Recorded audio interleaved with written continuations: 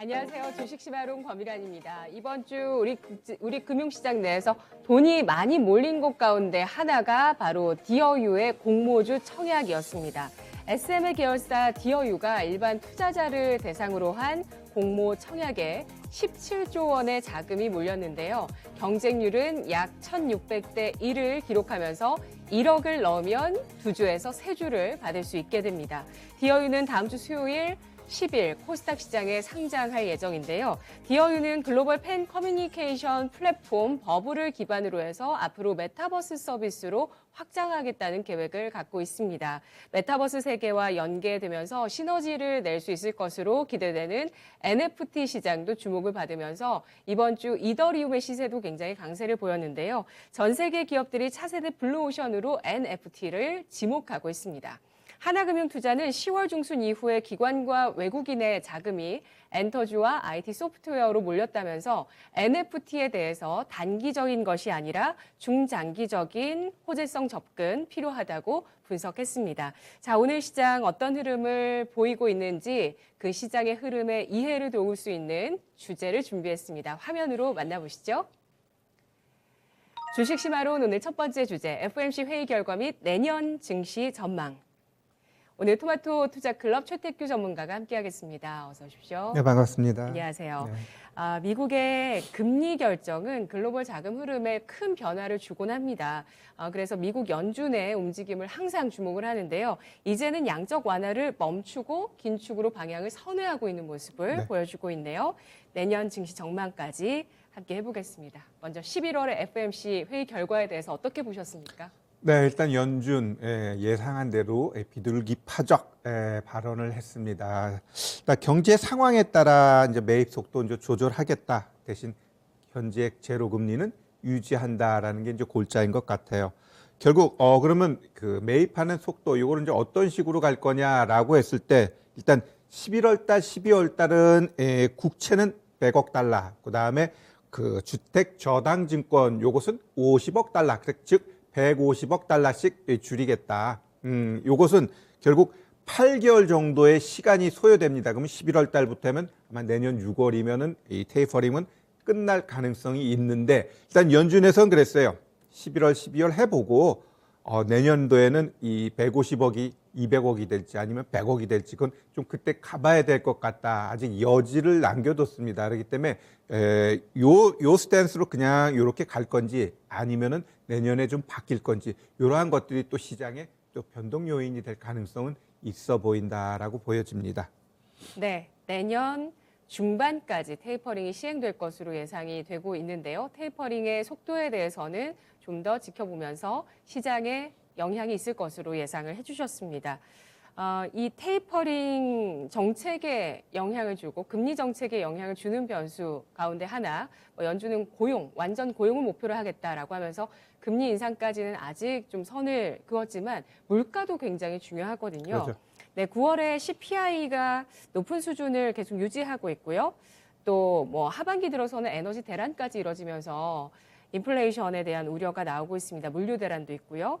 금리 인상의 시기에 대해서는 어떻게 전망하시나요? 네, 일단 제가 봤을 때는 시장에서는 12월로 생각하고 있어요. 그러면 하나하나 우리가 좀 풀어나가면서 과연 내년에 12월에 될지 아니 좀 땡겨질지 그러한 부분을 좀 봐야 될 텐데 결국 우리가 이제 이 현 시점에서 왜 미국 증시가 이렇게 반복해가지고 역사적 신고가를 갈까? 이 부분에 있어서 우리 증시 보면은 좀 의아해 할 수 있을 것 같아요. 그러면 결국 미국 같은 경우는 지금 기업들이 그 제품 단가를 높이고 있습니다. 원자재 가격이 올라가니까 그걸 제품에 반영해야 되거든요. 그럼 그걸 반영했을 때 소비자가 비싸. 나 못 살 것 같아. 이렇게 돼 버리면은 서로 엉켜버리면서 경제가 안 좋아지는데 지금 미국 같은 경우는 소비자들이 그 정도 제품 올리는 거 내가 충분히 살 수 있어. 소비 욕구가 받쳐주고 있어요. 그러다 보니까 이러한 경제 상황, 제품가 올렸는데 소비가 받쳐줘? 이거는 경제가 굉장히 잘 돌아간다라는 거거든요. 그렇기 때문에 미증시가 지금 계속해서 신고가 나오고 있습니다. 일각에서는 현 시점에서 숏 걸어야 돼, 미국 숏 걸어야 돼, 막 이런 얘기가 많이 들려요. 쇼건다. 즉 하방 갈 거다라고 이제 사람들이 배팅하는데 그럼 안 가요. 오히려 더 갑니다. 그 하방 배팅한 그 사람들 지치게 한 다음에 시장이 하락해도 좀 하락해지. 그러면 지금은 미증시는 제가 봤을 때 더 간다라고 좀 보시면 될 것 같고요. 그렇기 때문에 연준이 계속 얘기하는 이 인플레이션, 이것은 착한 인플레이션이다. 이렇게 지금 시장이 좀 보고 있는 겁니다. 다만 잘 보시면 지금 공급에 있어서 병목 형상, 일부 원자재들의 비정상적인 움직임, 또 물류 대란, 이러한 것들이 조금 얽히고 설켜져 있어요. 제가 그 원자재들 차트를 보여드릴 텐데 보면은 그닥 좀 많이 안 올라가 있어요. 한번 차트 한번 볼게요. 이 차트를 보면 이제 유가 같은 경우도 지금 이 유가 차트인데 $80 밑으로 내려왔죠. 네. 그러면은 그 많이 이야기했던 우리 그 천연가스 같은 경우도 차트를 한번 보면 차트에 보면은 올라가가지고 크게 더 치고 가지 않아요. 예, 막 기속적으로 치고 가는 모양새가 안 나오고 그 다음에 잘 보시면은 그 철강석 같은 경우, 주철 같은 경우는 아주 바닥을 기고 있어요. 바닥을 기고 있고 그 다음에 목재 같은 경우도 보시면은 바닥 기고 있습니다. 그러면 거의 모든 원자재들이 이제는 그렇게 막 치고 올라가는 그러한 모양새는 안 나타나는데 요즘은 하나하나 잘 보면 이 중국에 의해서 문제가 발생되고 있어요. 지금 요소 같은 경우도 이 우리나라 지금 요소수 문제 많이 지금 되고 있죠. 별것도 아닌 건데 결국 어찌 보면 일부 몰지각한 사람들이 사재기에서 아마 쟁겨놨을 거예요. 우리 옛날 마스크 때처럼 보니까 막 숨겨놓은 거 많잖아요. 마스크. 지금 요소수도 일부 쟁겨놓은 것들, 그것들로 인해서 문제가 생기는 거 있고요. 또 하나 결국 이 요소로 인해 가지고 인도 같은 경우도 비료 쪽으로 해서 농작물에 피해가 올 수 있다. 이러한 얘기가 나오고 있어요. 즉 이 미중 간의 갈등, 이게 어찌 보면 그 원자재 공급 측면에 있어서 중국이 하나하나 건들고 있지 않나. 이러한 부분도 우리가 좀 체크하면서 시장을 좀 봐야 될 것 같아요. 결국 네. 이러한 것들로 인해서 만약에 미중 간의 갈등 이런 게 좀 문제가 되게 되면 시장은 내년도에 한번 좀 크게 출렁일 가능성도 우리가 대비해야 된다라고 좀 보여집니다. 네. 미국의 역사적인 신고가 움직임, 여기에 있어서 최근에 3분기 실적을 통해서도 우리 미국 기업들이 가격을 인상하고 있는 흐름들을 좀 볼 수가 있는데요. 이러한 것들을 소비자가 사주면서 착한 인플레이션이 일어나고 있다고 해석하고 있습니다. 그리고 이번 미국 기업 실적 발표가 워낙 양호했다 보니까 스태그플레이션 우려를 씻었다, 이런 해석들도 월가에서 나오고도 있고, 또 뭐 금리에 대해서 인상 가능성을 시티에서는 내년 3차례 정도로 또 예상을 하더라고요. 이렇게 엇갈리는 전망이 나오고 있는 가운데 지수는 더 갈 수 있다라고 예상을 해주시네요. 엇갈리니까요, 그렇죠? 예. 그러니까 그 낙관과 비관이 엇갈리니까요. 그 많은 그 경제 전문지들이 얘기하는 걸 액면대로 믿어서는 안 된다라는 게 제가 이제 엊그저께 이제 배워야 산다에서도 이제 그 모건 스탠리 얘기를 했어. 걔네가 뭐라고 했냐면 9월 달에 지금 시장 앞으로 20% 미국 빠질 수 있어라고 했어요. 근데 네. 어떻게 돼요? 9월 달 살짝 하락하고 지금 역사적 신고가 치고 가고 있거든요. 결국 그 모건이든 뭐 뭐든 상관없어요. 결국 시장 흐름에 있어서 걔네들도 그냥 한 번씩 얘기하는 것이 이게 맞다 안 맞다, 결국 맞지 않으면 틀리는 거거든요. 그렇기 때문에 그걸 뭐 100% 믿을 필요는 없고 시장 흐름 하나하나 좀 보면서 우리는 대응하면 된다.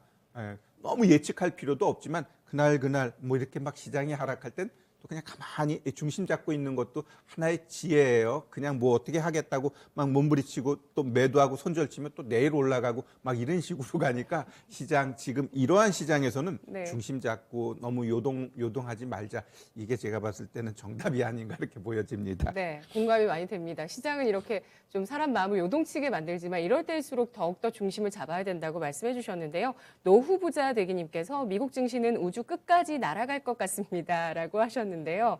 이전에 우리 최택규 전문가님께서 미국 10년물 국채 수익률 전망해 주시면서 전고점을 10년물 국채 수익률이 치고 가지 않으면 점진적으로 시장 올라갈 거다, 이렇게 보셨잖아요. 네네네. 예, 그대로 네. 흘러가고 있는 건가요? 제가 봤을 땐 지금 네. 조정 자리는 절대 빠지는 자리 아니에요. 제가 한번 그 미 10년물 국채 차트 한번 좀 보여드릴까요? 먼저 우리 거도 한번 보여드리려고 했는데 먼저 미국 거부터 한번 볼게요. 네. 자, 일단 미국 차트 보면 이 10년물 국채예요. 그러면 여기서 요 저점, 지금 저점 내려왔지만 이 이전 저점을 깨지 않았어요. 그러면 이 이전 저점 솔직히 깨도 치고 올라갈 수 있는 공간은 충분히 있는데, 그럼 얘가 이렇게 왜 내려갈까라고 했을 때, 일단 연준 입장에서는 이 채권 쪽은 어느 정도 커버해 줄 수 있어요. 그래서 이러한 부분에 있어서 지금 얘를 10년물 국채를 빡빡빡빡 올려버리면 지금 아직 뭐 부양안이라든가 아니면은 부채 한도라든가 이러한 것들이 해결된 게 하나도 없잖아요. 그죠? 제가 그러한 것들이 해결되기 전까지는 일단 10년물 국채를 좀 막아놔줘야 된다라는 걸 뭐 두 달, 석 달 전부터 네. 계속 이야기를 했기 때문에 네. 얘가 여기서 쿵치고 가버리면은 좀 시장이 좀 엉클어트리면서 경계감이 생길 가능성이 매우 높아요. 그렇기 때문에 지금은 이 자리에서는 제가 봤을 때 조금 더 좀 횡보하는 모양새가 나타나지만 결국 연준의 이 비둘기파적인 이러한 방향과 이 스탠스 이거는 지나면서 희석되면서 오히려 이제 상방 쪽으로 가게 돼 있어요. 그래서 오히려 지금 이런 것들로 인해서 경기 민감주들이 지금 하락은 하고 있는데 당연히 주가라는 게 하락해야 또 올라가는 거고 이 10년물 국채 이 부분에 있어서는 제가 봤을 때 여기서 올라가면 올라갔지 내려가는 쪽으로 방향 잡고 갈 가능성은 전 없다라고 보입니다. 그리고 차트 흐름으로 봐도 아직 이전 저점을 깬 자리가 아니기 때문에 여기서 더 떨어질 거야라고 보여지지는 않습니다. 네, 알겠습니다. 미국 10년물 국채 수익률 전 고점을 넘지 않으면서 어느 정도 레벨을 유지하면서 1.5% 위에서 움직이고 있습니다. 앞으로 뭐 미국의 여러 재정 정책들 이런 것들이 미국 10년물 국채 수익률의 상승 요인이 될 수 있는데요. 이와 함께 경기 민감주가 어떻게 움직일지 역의 방향으로 움직이죠. 경기 그렇죠. 민감주와 네네. 함께 10년물 국채 수익률은 역의 방향으로 움직입니다. 어떻게 움직일지 계속 지켜보도록 하겠습니다. 정의 방향으로 움직이네요. 경기 민감주가 10년물 국채 수익률과 같이 같이 경기 움직입니다. 민감주 올라가고 그다음에 10년물 국채가 올라가면 오히려 이제 성장주라든가 기술주 얘네들이 좀 네. 약세죠. 지금 보면은 결국 얘네 그 10년물 국채가 좀 내려가니까 요새 좀 뭐 DDR5니 오늘은 뭐 5G 쪽에서 그 서진 시스템 예. 이 종목도 강하게 올라가고 좀 반도체 쪽에서도 조금 모럭모럭 큰 종목은 안 움직이지만 그쪽 그러한 움직임이 보여진다라는 건 결국 그 10년물 국채 일정 부분 연동하면서 가는 모양새. 그럼 이게 계속해서 갈 거냐? 또 그렇지는 않으니까 어느 정도 수익 나오면 또 이렇게 비중 줄이는 노력이 필요합니다. 지금은 절대로 우리 시장이 갈 수 없어요. 왜 갈 수 없냐라고 했을 때 결국 우리 같은 경우도 제가 한번 우리 채권을 한번 좀 보여드리고 우리 채권 보면은 네. 그 9월 달부터 갑자기 급등을 하기 시작합니다. 우리 내가 좀 찾아볼 약간 보여드리려고 그게 했는데 금리 인상 때문일까요? 아니요, 우리 시장이 내가 봤을 때는 그 미중 간의 갈등 때문에 그래요. 자, 먼저 우리 10년물 국채 차트 한번 볼게요. 우리 거도 보면은 얘가 9월 달부터 이렇게 가파르게 올라갑니다. 엄청나게 지금 가파르게 올라갔어요. 그죠? 9월 1일부터 저점 만들고 이렇게 강하게 올라갑니다. 이거에 빗대어 가지고 우리 증시가 업종 차트 보면 9월 달부터 둘둘둘둘둘 뭐 물론 8월 달부터 막 떨어졌지만 9월 달 또 가파르게 떨어져요. 그러면 왜 우리 채권 금리가 왜 이렇게 가파르게 올라갔을까라고 했을 때 이 미중 갈등 이것을 왜 더 크게 확대해서 보냐면 결국 미국하고 중국하고 갈등하는 이 부분에 있어서 중국이 일단 호주를 한번 건드려 봤는데 오히려 자기가 덴탱이 썼어요. 네. 그죠? 썼죠? 석탄. 네, 썼어요. 그렇다고 일본 건들자니 만만치는 않은 것 같고 우리 옛날에 사드 한번 건드려 보니까 요것들 만만하네. 그러니까 지금 외부에서는 앞으로 미국하고 더 가까워졌을 때 중국이 한국을 좀 한번 건드릴 거다라는 분위기가 좀 형성돼 있는 것 같아요. 그러다 보니까 이 채권 금리 올라가고 시장도 움직임이 둔한 겁니다. 그래서 우리가 이 미중 간의 갈등, 지금 미국하고 중국하고는 진짜 갈등 이상으로 엄청나게 지금 꼬여 있거든요. 그래서 이게 실타래처럼 풀어지지 않게 되면은 네. 내년에 시장에 어찌 보면은 그 하락할 수 있는 트리거가 미중 갈등이 될 수 있고 결국 얘네들의 둘의 갈등 가장 중심에서 피해를 보는 게 우리잖아요, 우리나라.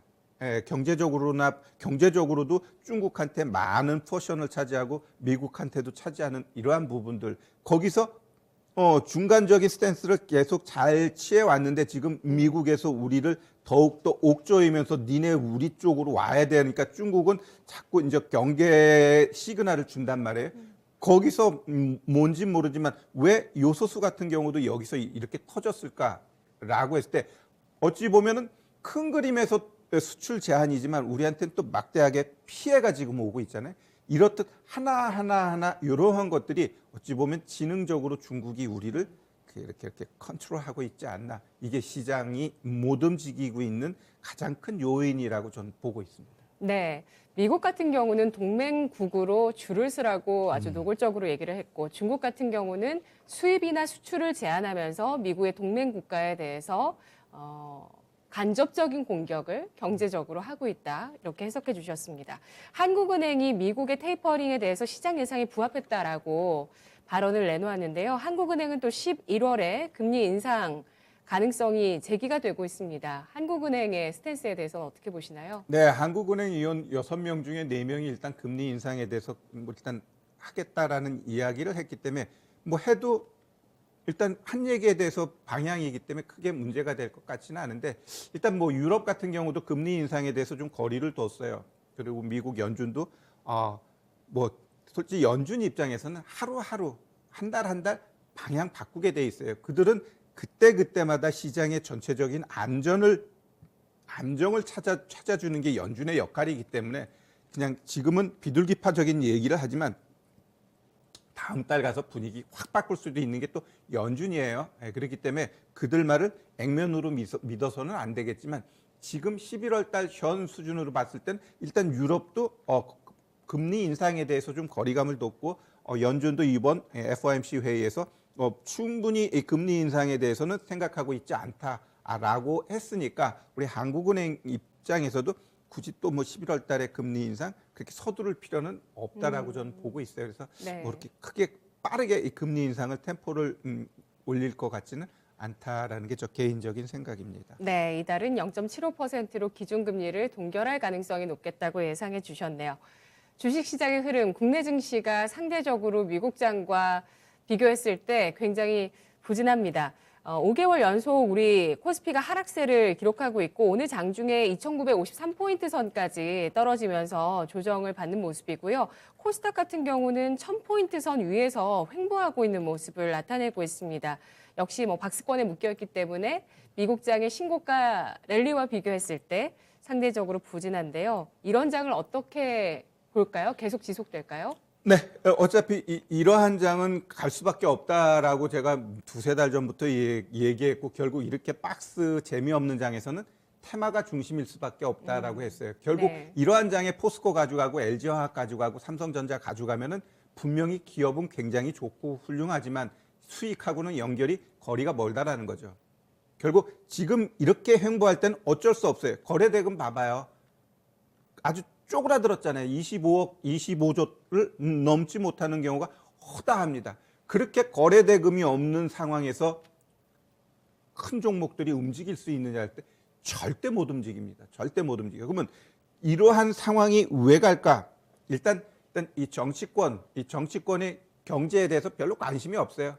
그냥 서로 헐뜯으면서 대통령 그 후보들도 남만 헐뜯지 정책이 없잖아요. 뭔가 경제를 위해서 정책을 방향을 잡아줘야 되는데 그래도 어제는 여당 후보가 거래소 가가지고 또 MSCI 선진국 지수 편입을 위해서 하겠다. 이 분명히 MSCI 선진국 이거 진입하는 거는 우리 시장이 한 단계 레벨업 되는 데는 중요합니다. 네. 이머징 쪽에 있으면서 자꾸 사우디, 중국 얘네들 들어오면서 우리한테 들어올 자금들이 자꾸 작아졌거든요. 네. 그렇기 때문에 이제 현 시점에서 진짜 모든 측면에서 앞서가는데 주식시장이 이머징 쪽에 있다라는 건 분명히 좀 잘못돼 있고 그래서 이러한 것들이 선진국 지수로 들어가게 되면 더 큰 자금들이 국내에 들어오면 우리 개인 투자자들이 좋아하는 큰 대형주 쪽으로의 자금이 쑥쑥 들어오면서 어떻게 주가들이 레벨업 되게 돼 있어요. 그래서 이 MSCI 선진국 지수 편입 이러한 것들은 앞으로 새로운 대통령 누가 될지 모르지만 그 사람이 이렇게 적극적으로 추진해 나가는 것은 우리 주식시장에 진짜 이제 우리 주식시장이 이 개인 투자자들이 차지하는 포션이 굉장히 크잖아요. 굉장히 크고 외국인 이 연기금 이 바보들 때문에 우리 주식시장이 지금 안 가고 있는데 안 가는 가장 큰 이유가 결국 외국인 연기금 이 연기금이 가장 큰 문제예요. 얘네들 아예 네. 그냥 가만히 있었으면 좋겠어요. 예, 그러면은 오히려 우리 개인 투자자들이 이 종목을 살려가지고 더 올릴 수 있다라고 좀 보여집니다. 그래서 우리 시장 약세 원인 일단은 제가 봤을 땐 이 외국인 연기금이 시장에서 주체적으로 매도하고 있으니까 절대 갈 수가 없는 거예요. 가장 큰 형님이 저렇게 딴짓거리 하는데 갈 수가 있겠어요? 산으로 가지 증시가. 그 다음은 아까 얘기했던 이 미중 갈등에 있어서 결국 중국이 우리한테 해코지할 수 있다라는 분위기가 결국 이 시장 전체적으로 조금 흔들림이 나타나요. 그러니까 그 원달러 환율도 지금 1,180원 이게 쉽게 올라가 버리잖아요. 환율이 올라간다라는 건 그만큼 주변 환경에서 우리를 조금은 안 좋게 보고 있다 이렇게 좀 이해하셔야 될 것 같아서 그 채권 금리 상승 아니면은 우리 원달러 환율 올라가는 거 이러한 것들을 봤을 때 우리 주식 시장이 여기서 갈 수 있느냐? 아, 못 가요. 그냥 차트만 놓고도 한번 설명드릴게요. 네. 우리 차트 보면은 제가 이제 위아래 이제 검정석으로 걸어놓은 게 이제 올해 박스 하단하고 박스 상단이에요. 저점하고 고점. 그러니까 뭐 그렇게 뭐 박스를 벗어난 건 아니에요. 뭐 이전 저점하고 봤을 때 그러면 이 윗단에 있는 이 매물대 봐봐요. 이 매물대 이거를 걷어내지 않는 이상 이거를 절대 치고 못 가요. 엄청나게 진짜 뭐 MSCI 선진국 지수 편입되고 막 이래가지고 자금이 들어오면은 이거 치고 갈까? 앵간해가지고 이거 치고 못 간다라는 거죠. 그래서 연말까지 잘해봐야 내가 볼 때는 3,100, 3,150 여기까지밖에 잘 안 보여요. 그렇다고 여기서 쿵 떨어질 거냐? 또 그렇지도 않아요. 그래서 결국 제가 보고 있는 건 한 2,900에서 3,100, 3,150 여기서 왔다리 갔다리 하니까 그러한 흐름 속에서 결국 종목별 대응밖에 할 수 없고 그 종목별 대응에 있어서 가장 중요한 건 어차피 이제 오늘부터 내가 봤을 때 주말부터는 이제 제대로 된 대선 레이스가 이루어질 거예요. 그럼 이제 제대로 된 남 비방 안 하고 정책으로서 했을 때 그런 정책 쪽에서의 어떤 종목들 움직임이 나타날 수 있다라고 보여집니다. 네.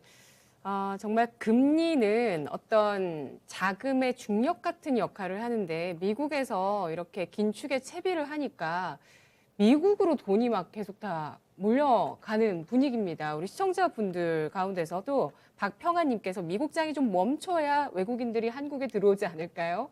이런 의견도 주셨어요. 아, 당연하죠.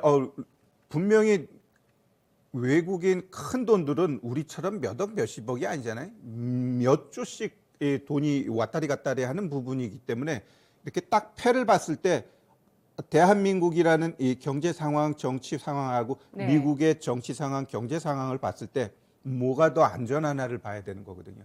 그러면 안전 측면에 있어서 아까 제가 이야기하는 이 중국의 해코자 그 가능성에 많은 투자자들은 보고 있는 거예요. 그렇기 때문에 선뜻 못 들어오는 거지. 물론 중국이 우리를 뭐 해코지 한다 해가지고 크게 막 요동치고 그러지는 않지만 네. 결국 우리도 지혜롭게 호주처럼 중국한테 뒤통수를 한 당 매길 수 있는 그러한 전략적으로 가줘야 되겠죠. 만약에 그런 해코지를 하면 이전 사드 보복했처럼 깨갱깽이 아니라 호주처럼 니네 그래? 우리도 이런 식으로 해가지고 뭔가 이겨나갈 그래야지 다음부터 안 그럴 테니까요. 그래서 여튼 한일 갈등 때 우리 잘 대응한 거 그렇죠. 아닙니까? 오히려 예. 공격적으로 나가면은 예. 어차피 우리도 뭔가 데미지는 있지만 상대도 데미지 있거든요. 근데 중국 우리 사드 때는 못했어요. 근데 이제는 보니까 뭐 우리 잘 표현했듯이 한일, 중호 보면 또 하면 우리도 분명히 공격적으로 나가면 걔네도 깨갱될 부분은 충분히 있고 또 어차피 그렇게 나간다는 건 미국을 뒤에 엎은 거기 때문에 뭐 미국하고 잘 이렇게 하게 되면 더 큰 파이는 있다라고 봐요. 뭐 중국이 14억 인구 그 빼버리면 되죠. 뭐 빼버리고 그 나머지 밖에서 전 세계인. 그렇죠. 그리고 뭐 예. 중국하고 실질적으로 그 부자 몇 빼면 나머지는 다 헐벗잖아요. 헐벗기 때문에 네네. 그, 양극화 심하죠. 무시해도 될 것 같습니다. 한일 갈등 때 그래도 우리가 결실이 있었던 게 국산화였던 것 같아요. 네네. 여러 소재들의 국산화였는데요. 과연 이번 그 보이지 않는 그런 크게 부각이 되진 않지만 중국의 우리 경제를 향한 이런 압박들 어떻게 우리가 지혜롭게 헤쳐나갈지 보겠습니다. 일단 수급적으로는 외국인 연기금 중요하다고 보셨고요. 그리고 MSCI 선진국 지수 편입된다면 지수에 힘이 될 수 있다는 분석을 해주셨네요. 올해 하반기부터 내년 상반기까지 한번 좀 잘라보도록 하겠습니다. 하반기도 뭐 거의 다 갔으니까요. 지금 연말부터 내년 상반기 주식시장까지 뭐 계속 지수 방향이 크게 나타나지 않는다면 테마 장세가 될 것이고요. 아니면은 뭔가 변화가 있으면 또 새롭게 관심을 가져야 될 분야가 있을 것 같은데 어떤 업종을 주목하시나요? 자, 일단 오늘 보면은 반도체 쪽 보면은 크게 온기가 서지는 않지만 네. 이렇게 종목별로 나와요. 자, 그럼 잘 생각해 보면 우리 2차 전지 쪽에 LG화학, 삼성 SDI, SK이노베이션 걔네들 주가는 어떻게 해요? 바보 멍청이지요. 근데 요새 보면 또 에코프로비엠 뭐 이런 애들이 그냥 또 다시 올라가. 그러면 그런 애들은 내가 봤을 때 있는 그 뭐랄까 기관 외국인 얘네들이 주도하지 개인들이 거기서 들어가서 한다? 내가 봤을 때 진짜 잘하는 단타 외에는 관심 없어요. 근데 이 반도체 쪽 보면은 이 삼성전자 바보짓 하지만 좀 종목들의 움직임이 이제 좀 나오는 것들이 있어요. 그러면서 이런 자리에서 유희수단 안착하고 가는 그러한 반도체 종목들은 제가 봤을 때 더 간다라고 봐요. 네. 그래서 그런 쪽도 좀 관심 갖고 가야 되고요. 그다음에 포트폴리오 차원에서 이 대선과 관련된 이쪽도 완전히 무시해서는 안 돼요. 나 안 해봤는데 안 해보는 게 어디 있어요. 테마주라 해서 무조건 나쁜 게 아니에요. 좋은 종목 많아요. 그 작은 종목은 나도 원치 않아. 그런 애들은 항상 뒤끝이 더러워요. 그래서 이 상태가 좋은 종목들로 우리가 매매할 필요는 있다라고 좀 보시면 될 것 같고요. 그러한 측면에 있어서 여튼 반도체도 중요하고 그다음에 시멘트, 그다음에 원전 이들 종목군들은 내가 봤을 때 포트에 반드시 필요하다라고 좀 보여집니다. 그리고 내년 시장 저는 지금 계속 좀 강조해서 얘기하는 게 연말까지는 박스 흐름 가면서 트레이딩 가능하고 좀 현금은 30% 이상은 만들고 가자. 내년 1월 달에 나는 한번 조정을 보고 있어요. 그러면 조정 안 오면 어떡할 건데? 네. 안 오면 그때 사면 되죠. 근데 만약에 조정이 오게 되면 그 현금이 천군만마거든요. 그 왜 하락할 수 있느냐라고 했을 때 결국 지금까지 이 미국의 상승세가 이어지게 되면 타이밍상 연초에 한번 빠질 가능성이 매우 높고 거기에는 아마 실적이라든가 이러한 것들이 기대와 달라 주가가 엄청나게 올라왔는데 아유 실적 별로야. 그러면 우리 요새 주가들 막 급락 나오는 것들 보면 실적 때문에 또 급락 나오는 거 많죠. 그럼 미증시도 지금의 이 엄청난 이 상승세가 이어지다가 또 1월 달 됐더니 이 4, 4분기 실적 보니까 어머 뭐 이 원자재 이런 거 뭐 물류 대란 이런 거로 네. 인해 가지고 제대로 돌지 않으면서 실적이 안 좋아 이렇게 나와 버리면 그냥 그 이유 하나 가지고 이제 던지면서 이것도 안 좋고 저것도 안 좋고 이제 그 다음부터는 계속 안 좋은 얘기만 하는 거예요. 그냥 온갖 공포 다 주면서 정말 계속 안 좋아 그럼 거기가 또 매수 자리가 될 수 있어요. 네. 그렇기 때문에 여튼 내년 1월 달 나는 첫 주를 좀 보고 있어요. 첫 주에 오르는 척하다가 한번 조져버리면 한 2, 3주 하락 가능성이 있으니까 내년도에는 뭐 1월 달 조정을 대비해서 현금은 일정 부분 만들어가자. 100% 현금은 바보짓이다. 이렇게 좀 말씀드리고 싶습니다. 네, 알겠습니다. 100% 현금까지는 아니고요. 일부 좀 유동성을 만들어서 움직일 수 있는 여력을 만들어 주는 게 좋겠다. 현금 30% 비중 권장해 주셨고요. 내년 1월장에 조정을 예상을 하시네요. 지금 현재 시장의 중심 이슈는 대선과 미국 부양안이라고 하면서 이 두 가지 모두 포함하는 게 원전입니다. 원전이 또 미국 부양안에서 또 어떤 식으로 표현이 될지도 주목이 되고 있고요. 그리고 시멘트, 반도체주 가운데서 61선 확보한 종목까지 주목해 주셨는데요. 첫 번째 주제였고요. 두 번째 주제 넘어가겠습니다. 국민의힘 경선 오늘 피날레 대선 관련 증시 대응은 오늘 오후 2시 45분 잠시 후에 이재명 대선 후보를 상대할 국민의힘 대선 후보자가 선출됩니다. 원희룡, 유승민, 윤석열, 홍준표 이 네 후보 가운데서 최다 득표자가 가려질 텐데요. 유력 야당 후보들의 대표 공약부터 알아볼까요? 네네네. 일단 먼저 이제 45분이면 이제 결국은 이제는 판결이 나겠죠. 일단 뭐 여당 같은 경우는 나왔어요. 이재명 대선 후보. 일단 이분 같은 경우는 일단 기본소득, 기본주택, 그다음에 아까 얘기한 MSCI 선진국 편입 이러한 것들을 좀 제가 봤을 때는 좀 포인트로 봐야 될 것 같고요. 일단 이 야당 쪽에서 일단 홍준표 씨가 된다고 한다면 거의 뭐 트럼프식이에요. 에너지 정책 대전환해 가지고 뭐 핵발전, 뭐 그레이스소 중심의 에너지를 구축하고 예. 인천, 대전, 무안, 가덕도 공항 4대 관문으로 확장하겠다. 결국 이 홍준표 씨가 되게 되면은 내가 봤을 때 원전하고 이 인프라 관련된 종목들은 아마 방방방방 움직일 가능성이 좀 높아 보여요. 네. 그다음에 윤석열 씨 같은 경우는 아직 뭐 그렇게 특별한 건 없어요. 그냥 뭐 주택 뭐 이런 거 관련돼 가지고만 좀 얘기를 하고 있는데 여튼 이분이 된다 그러면 조금 향후 정책적으로 뭘 제시하는지 좀 봐야 될 것 같습니다. 여튼 우리 이 대선하고 증시하고 이거는 분명히 일정 부분 접목해야 되고요. 그리고 어떤 종목은 작은 종목들은 이 단기적으로 테마 형성되고 사라지는 경우도 있지만 크게 움직일 때는 또 제대로 갑니다. 그 대표적인 게 우리 이명박 정부 때 4대강 해가지고 뭐 종목들 그냥 10배, 15배 막 거의 20배 이상 간 것도 있거든요.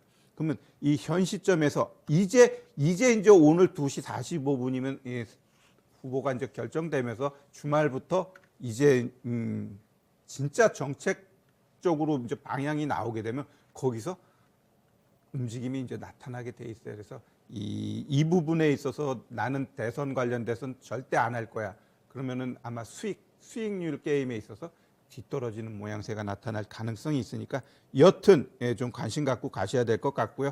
결국 아까 윤석열이든 홍준표든 이 두 사람들도 핵심은 일단 이 부동산이라든가 이러한 쪽이기 때문에 그래서 제가 이제 인프라를 많이 강조하고 그러면서 이제 시멘트를 봐야 된다라고 했는데 네. 자 그럼 한번 내 시멘트 차트 한번 보면서 설명드릴까요? 예, 시멘트 차트 한번 보면은 네. 시멘트는 많지 않아요. 한 7개인가 8개 종목밖에 안 돼요. 그냥 한번 내가 생각나는 것 해왔는데 네. 요 맨 위에 게 이제 한일현대 시멘트예요. 이 녹색이 60일 이평선이에요. 많이 하락했죠? 많이 하락하고 펑 치고 올라가면서 60일 이평선 그냥 안착해 버렸어요. 그다음에 아세아 시멘트는 조금 다른 게 다른 애들은 다 이쪽 뭐 3월, 4월 여기서 고점 만들었다면 얘는 오히려 8월, 9월 달에 신고가 나왔어요. 그럼에도 불구하고 또 다시 올라가려고 하는 모양새 나타나고 이 성신양의 얘도 좀 느리지만 지금 어때요? 오히려 차트는 제일 예쁘다. 제일 예쁘다. 그래서 왜 얘네들이 지금 시장 이렇게 바보 같은 장에서 60일 이평선 위에서 이렇게 안착했을까? 아까 내 반도체 이야기할 때 60일 이평 시장이 어리숙하고 바보 같은데 60일 이평선의 차트를 만들어 놨다라는 건 뭘 의미하느냐? 그만큼 가겠다라는 거예요. 다시 이야기하면 얘네 이제 얘 하나를 놓고 볼게요. 얘 하나를 놓고 얘가 이렇게 지금 7개월을 하락했어요. 그럼 이 7개월 하락해 놓고 여기서 쌍바닥 만들고 이렇게 60선 치고 올라간다는 건 거래 들어오면서 얘가 일정 부분 하락할 때 같이 매도했지만 어느 시점부터는 뭔가 세력이 매집을 한 거예요.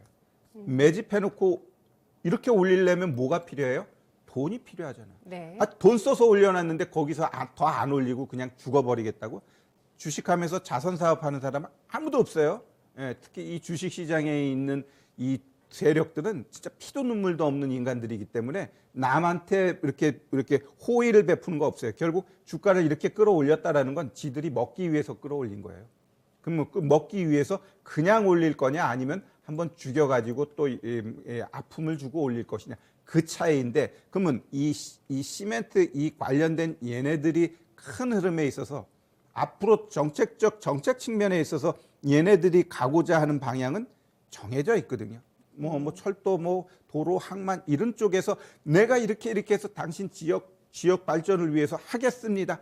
결국 걔네들이 되기 위해서는 몇 년이 걸리지만 그러한 내용들에 의해서 주가는 선반영돼서 올라가는 거거든요. 네. 예, 그렇기 때문에 이러한 그 정책 흐름에 잘 보시면 결국 인프라 관련된 얘기가 많이 나오고 더 특히 아까 홍준표 그 사람이 되게 되면은 오히려 이 인프라 쪽은 더 파급력이 있을 가능성이 높아 보여요.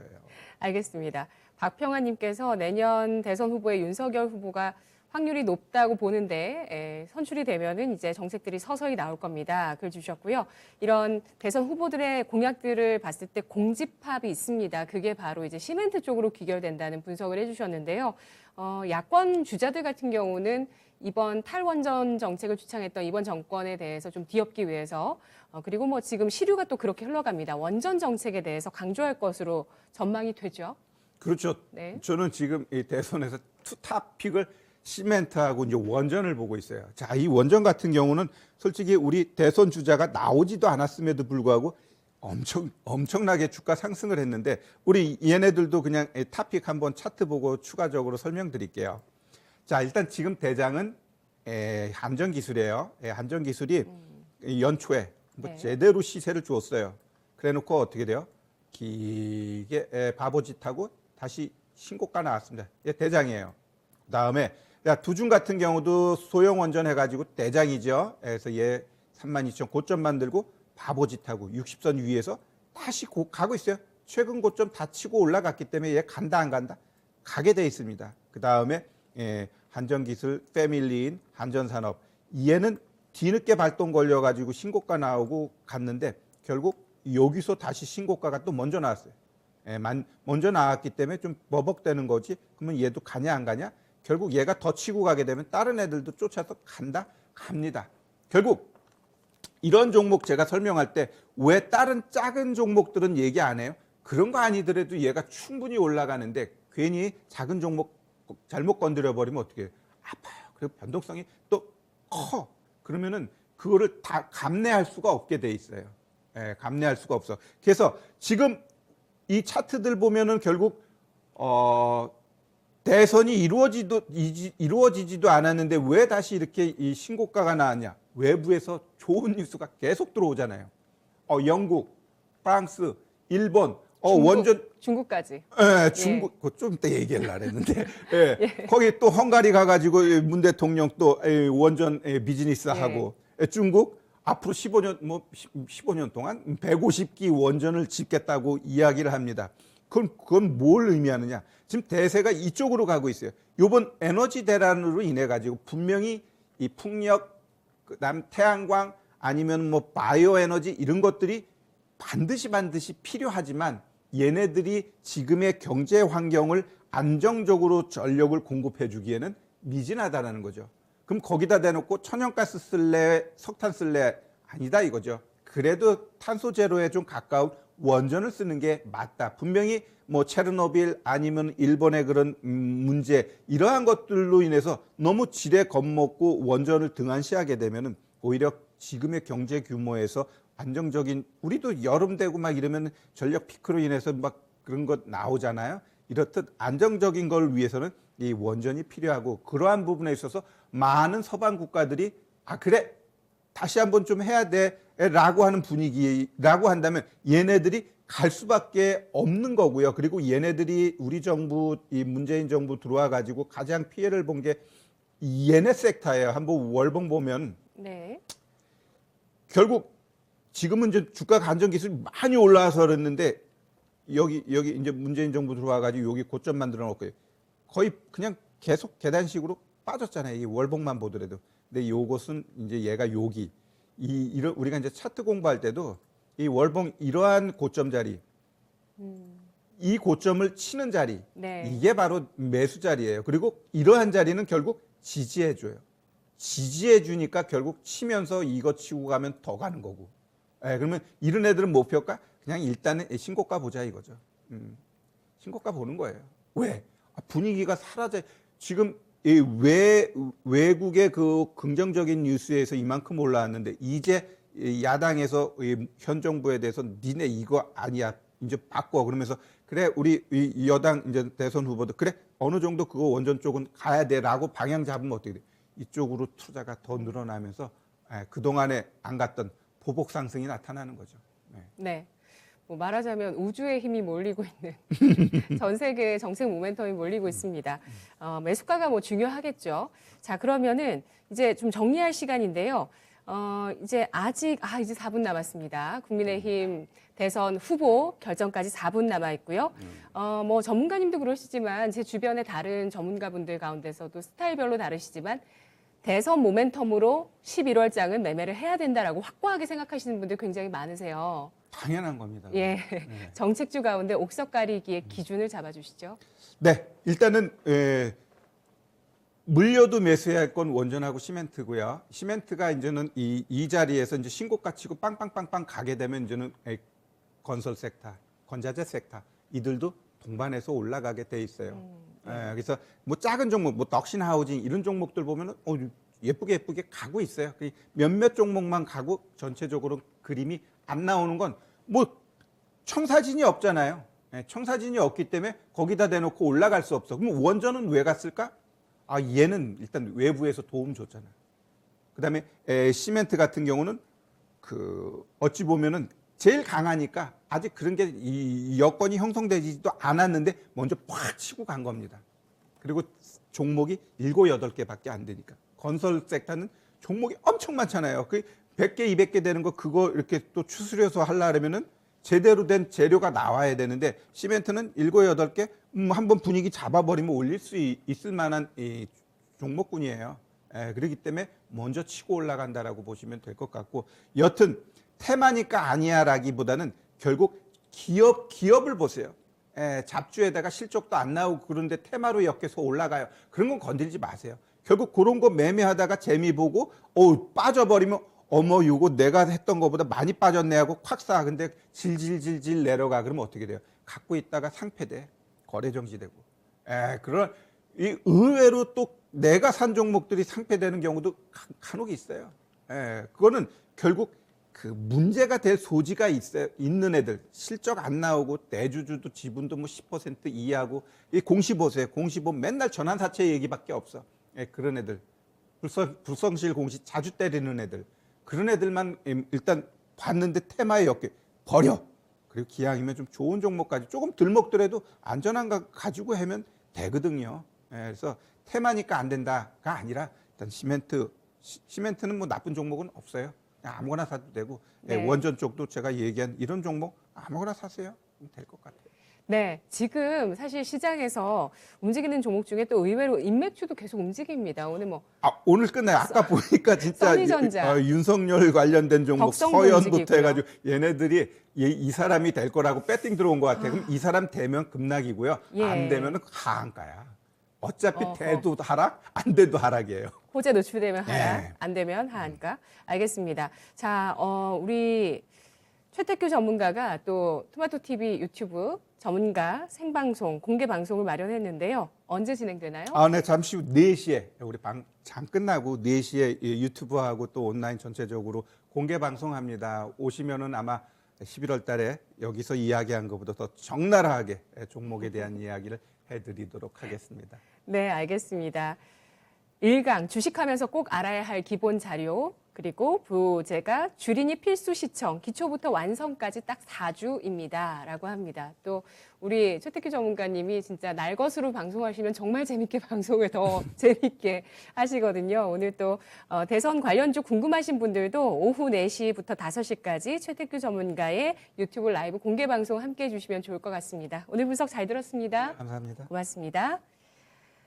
네, 주식심화론 금요일 순서 여기까지입니다. 지금까지 여러분 투자 판단에 도움드릴 수 있는 내용들 전해드렸습니다. 다만 주가의 상승과 하락을 보장하지는 않습니다. 국민의힘 대선 후보 결정 소식 전해드리고 마무리하고 싶었는데 여기서 인사드려야 될 것 같습니다. 금요일장 마감 잘하세요. 고맙습니다.